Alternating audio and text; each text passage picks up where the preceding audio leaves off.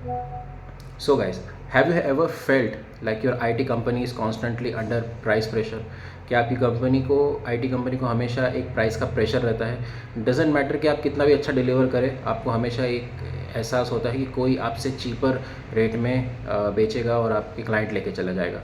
So that's because आपने company build की है. सो ऑब्वियसली ये सिचुएशन ज़रूर आएगी. तो आज मैं आपको बताऊंगा कि how to build real entry barriers. एक आईटी सर्विसेज में रियल एंट्री बैरियर्स क्या होते हैं आपके, जिससे आपकी कंपटीटर्स सिर्फ आपको कॉपी ना करे और ना ही आपको आपके क्लाइंट्स को रिप्लेस कर पाए. मैं सय्यम दुबे, मैं फाउंडर और सीईओ हूँ खुद की. मैंने एक कंसल्टिंग फर्म खोली है जिसका नाम है सैम आईटी कंसल्टेंट्स. एंड आज मैं आपके साथ वो स्ट्रैटेजीज़ और फ्रेमवर्क्स में डिस्कस करूँगा जो मैं अपनी कंपनी में यूज़ करता हूँ स्पेसिफिकली और जिससे मुझे रिजल्ट मिला है. एंट्री बैरियर्स क्या होता है, सबसे पहले तो हम ये जान लें. एंट्री बैरियर्स वो आर दो सिस्टम्स, एसेट्स या फिर एक एडवांटेजेस जिससे हम अपने कंपटीटर के लिए हमारे मार्केट में या हमारी जगह लेना हम थोड़ा सा उसके लिए हार्ड बना दें. क्योंकि जनरली होता है कुछ कंपनी ऐसी होती है जिनका खुद का कोई ओरिजिनल प्रोडक्ट नहीं होता, ना उनकी खुद की ओरिजिनल सर्विस होती है, ना उन्होंने कोई R&D किया रहता. ऑब्वियसली कोई एक जेन्युइन व्यक्ति है जिसने जेन्युइन तरीके से मार्केट रिसर्च किया है, अपना एफर्ट्स लिए हैं, उसके बाद में उसने एक मार्केट आइडेंटिफाई करना है, उनकी नीड्स और उनके बेस को आइडेंटिफाई किया है और उसके बाद उसने मार्केट में एंट्री की है.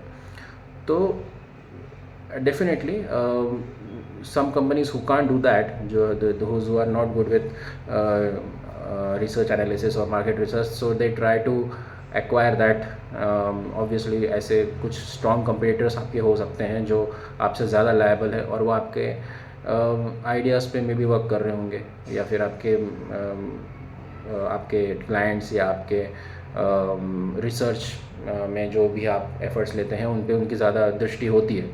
तो ऐसे कंपनी से कैसे बचना चाहिए? सो इन आईटी सर्विसेज में unlike product companies you don't have a patented app. So obviously आपके पास कोई पेटेंटेड ऐप नहीं होगा जो जनरली कुछ प्रोडक्ट कंपनीज के पास होता है. आपके पास एक कोड है, एक लोग है, एक प्रोसेस है एंड ये सब इस तरीके से सर्विस कंपनीज जनरली ऑपरेट करती है.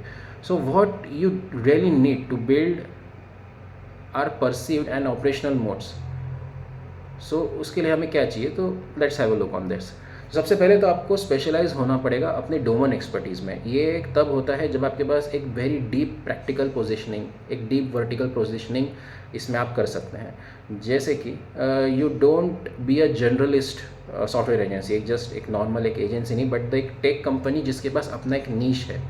जैसे कि एग्जाम्पल के तौर पर वी बिल्ड अ सॉफ्टवेयर, जैसे फॉर एग्जांपल जैसे हम एक सॉफ्टवेयर कस्टम सॉफ्टवेयर बनाते हैं. We build digital solutions just for the hospital chains and that to manage the patient data across the departments.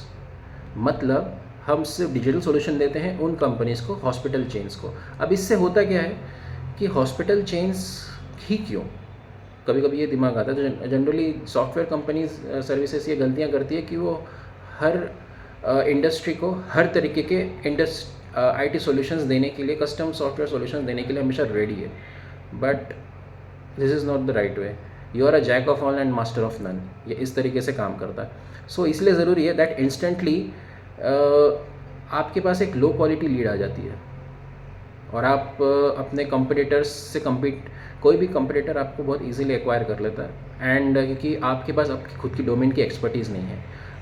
अब होता क्या है कि जब आप एक कोई वर्टिकल चूज़ करते हैं, अब इसके 3-4 हिस्से हैं.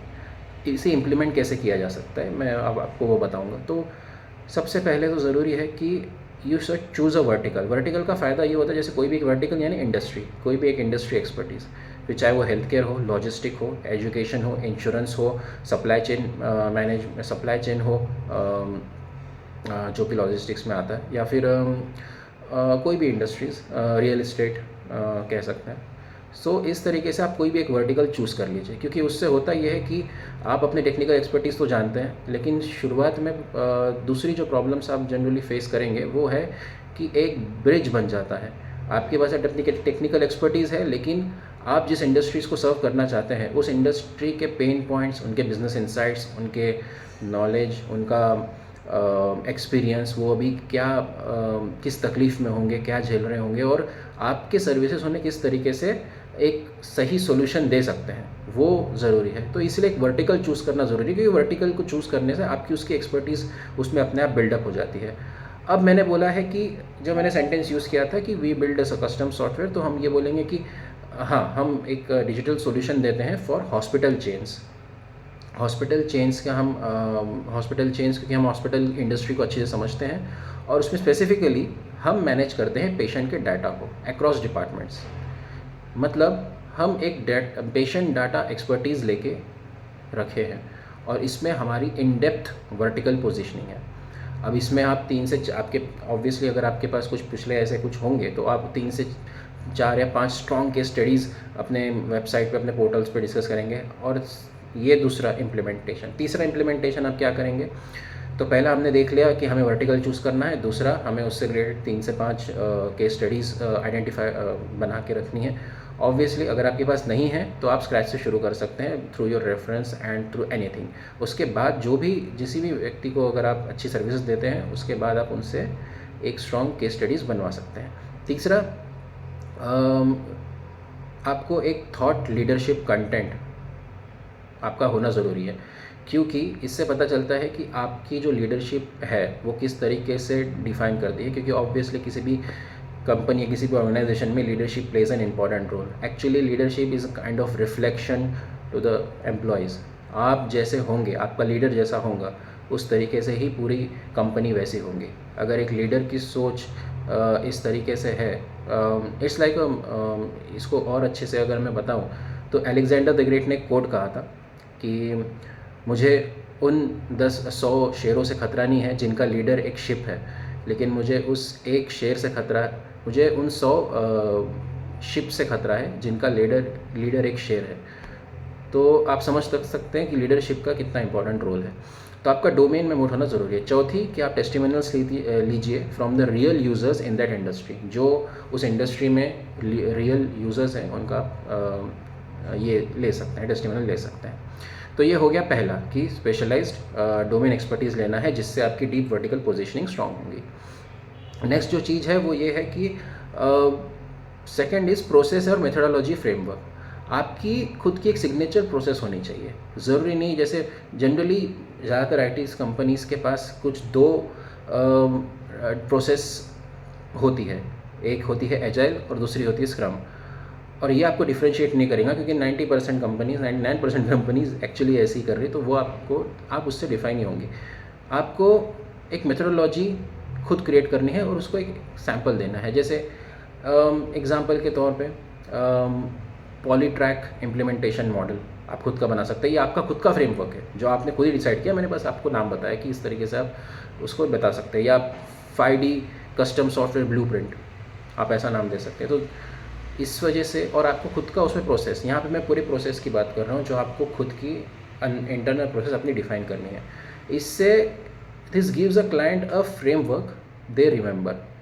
मतलब ये आपका कॉन्फिडेंस शो करता है, आपकी मैच्योरिटी शो करता है, आपकी रिपीटेबिलिटी शो करता है, और it's a key to winning enterprise clients specially.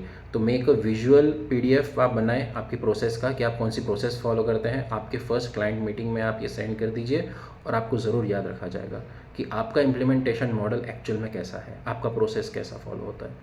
ठीक है, तो ये सेकंड स्टेप। थर्ड चीज़ है स्ट्रैटेजिक पार्टनरशिप्स और इकोसिस्टम लॉक इन। इसका मतलब क्या है? इसका मतलब ये है कि पार्टनर जिसके पास टूल्स है, प्लेटफॉर्म्स है और कंसल्टेंट्स है, that create a mutual value network.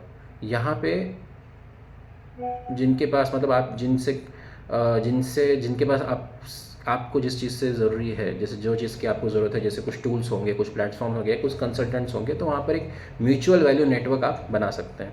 जैसे कि example, if you go to the vendor, आप एक वेंडर के पास जाते हैं जो कि सेल्सफोर्स या ज़ोहो इंटीग्रेटर है, और या फिर एक हेल्थ केयर कंप्लायंस एक्सपर्ट है, तो आप अकेले नहीं हैं, आप एक सिस्टम के पार्ट हो चुके हैं। So clients will choose you, obviously they will choose you because they want the access to that ecosystem. अगर आप ERP करते हैं तो आप पार्टनर किसके साथ करेंगे?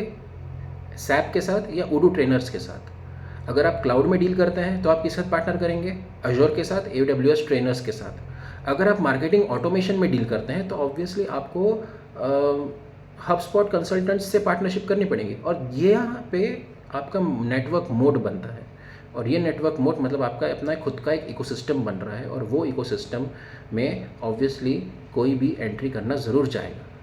तो ये क्लाइंट की नीड होती है। नेक्स्ट फोर्थ चीज़ है ट्रस्ट एसेट्स। अब ट्रस्ट एसेट्स कैसे क्या होता है? ट्रस्ट एसेट मतलब होता है content, case studies, client results. Trust जो है ये सबसे बड़ा एंट्री बैरियर बनता है। ये एक विजिबल प्रूफ है कि आपके पास भले ही आप न्यू प्लेयर है, लेकिन आप में ब्रेक इन करने का तरीका है, मतलब आपको ब्रेक इन करना जानते हैं, कैसे डील ब्रेक करना ये आप जानते हैं। सो ट्रस्ट एसेट्स क्या होते हैं? तो इसमें आप 5 चीज़ें लिख सकते हैं। तो पहली चीज़ है वीडियो टेस्टिमोनियल्स बनाना सबसे पहले। दूसरा, केस स्टडी डेक्स, ये चीज़ करना। तीसरा, डिटेल्ड रिव्यू ऑन प्लेटफॉर्म्स, आप अपने प्लेटफॉर्म्स की या दूसरे प्लेटफॉर्म्स की एक डिटेल्ड में रिव्यू दे सकते हैं, ठीक है, इससे आपकी ऑथेंटिसिटी बढ़ती है। चौथा, लिंक्डइन में आपका प्रेजेंस एक्टिव होना चाहिए।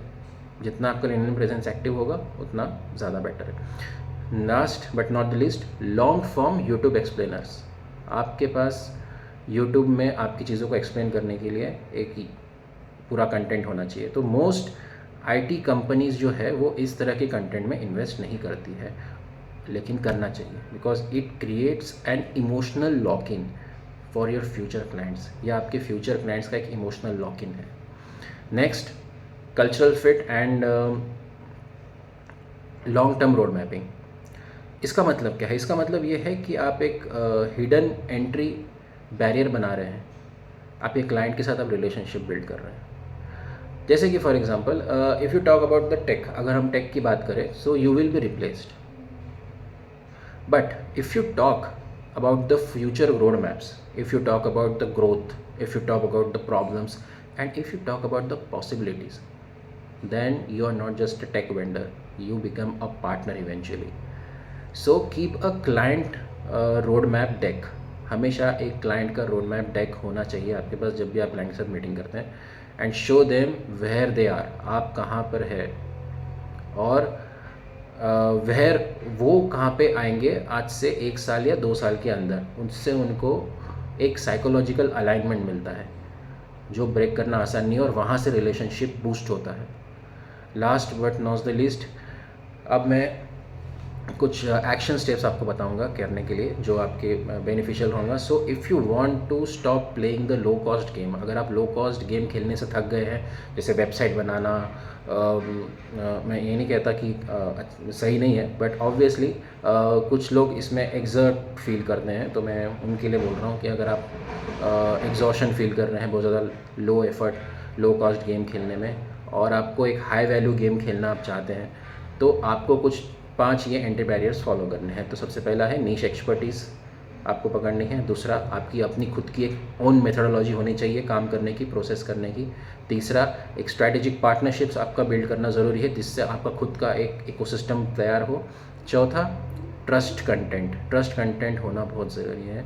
And fifth, long term alignment. एक लॉन्ग टर्म का अलाइनमेंट करने के लिए आपको, जैसा मैंने बताया, कि एक कल्चरल फिट और एक लॉन्ग टर्म रोड मैपिंग आपके लिए ज़रूरी है। तो ये 5 चीज़ें ये आपकी इम्प्लीमेंटेशन एरिया है, और these are the modes that protect you from the margins from clients, and specifically जो सबसे बड़ी चीज़ जो आपको मिलती है, एक piece of mind.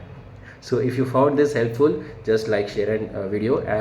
If you're an IT company owner looking for आप scalable करना चाहते हैं, डिफेंसिबल ब्रांड बनाना चाहते हैं, तो कमेंट ड्रॉप कीजिए और हम ज़रूर इस विषय पर चर्चा करेंगे, and let's talk about the strategies. So thank you very much, see you in the next video.